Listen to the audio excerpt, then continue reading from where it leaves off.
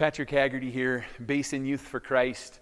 We are going through John chapter 11 and this incredible story of Jesus and how he met with these siblings that he loved, Martha, Mary, and Lazarus, even in the midst of the tragedy of Lazarus' death. And we pick up the story in verse 17.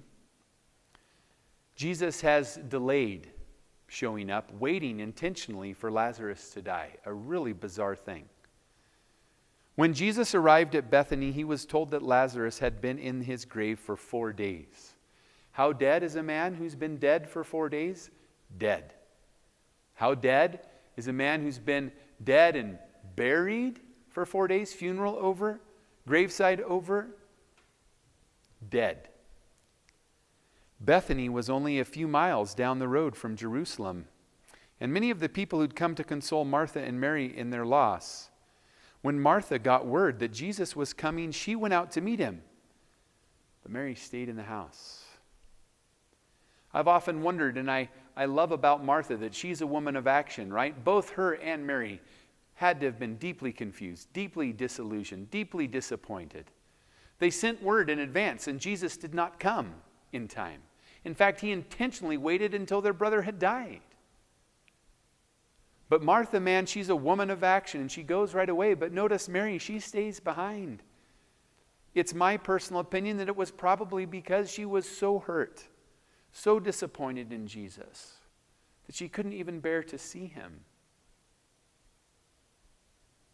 But Martha goes, and Martha said to Jesus, "Lord, if you would have been here, my brother would not have died." We know for certain that that's a statement that was rattling around in Martha and Mary's life, because we'll see later Mary asks Jesus the same question. It's as if they sat together and said, when Jesus gets here, or when we finally see Jesus, I'm going to say this to him, "Lord, if you would have been here, my brother wouldn't have died." But listen, Martha doesn't quit there. Even now, she said, "But even now, I know that God will give you whatever you ask." You want to talk about faith? That's enormous amounts of faith in Jesus. Jesus told her, "Your brother will rise again." "Yes," Martha said, "he'll rise when everyone else rises at the last day." Jesus told her, "I am the resurrection and the life. Anyone who believes in me will live even after dying, and everyone who lives and believes in me will never die. Do you believe this?" Do you believe this, Martha? And it's the same question that the Lord is asking you and me. Even in the midst of devastation, even in the midst of an entire coastline in our country that is literally on fire. California, Oregon, Washington. Lord, where are you in the midst of all this? Are we willing to say, even in the midst of the mess, Jesus, I believe that you are the resurrection and the life, and anyone who lives and believes in you will never die. Listen, our hope is not in what we possess. Our hope is not in what kind of house we live in or what kind of house we used to live in. Our hope is in Jesus. And Jesus is the same yesterday, today, and forever. And just as sure as Jesus was the resurrection and the life to Mary and Martha in the midst of their mess, he is the resurrection and the life to you and to me in the middle of our mess too. And he asks us, do you believe this? Let's see what Martha said.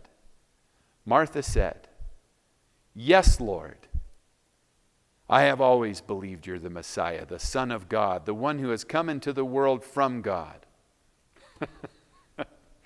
Man, that's my prayer for you and for me. What do we believe about Jesus? Do we believe that he is the resurrection and the life? Do we believe that he is God in the flesh, come to this earth to live a life we could never live, a life without sin, to sacrifice that life on the cross, to pay the price for our rebellion against God so that we might be forgiven, cleansed from our sin, and invited into eternal relationship with Almighty God?